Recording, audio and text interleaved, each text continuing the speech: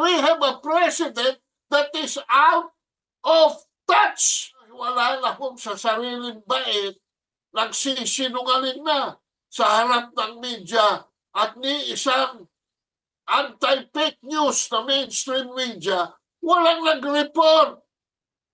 Nung sabihin niya na ni isang armado, ni isang barel, walang pumasok, sinabi pa, ni isa wala.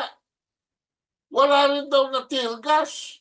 Jesus Marusa, we have a president that does not even watch TV anymore.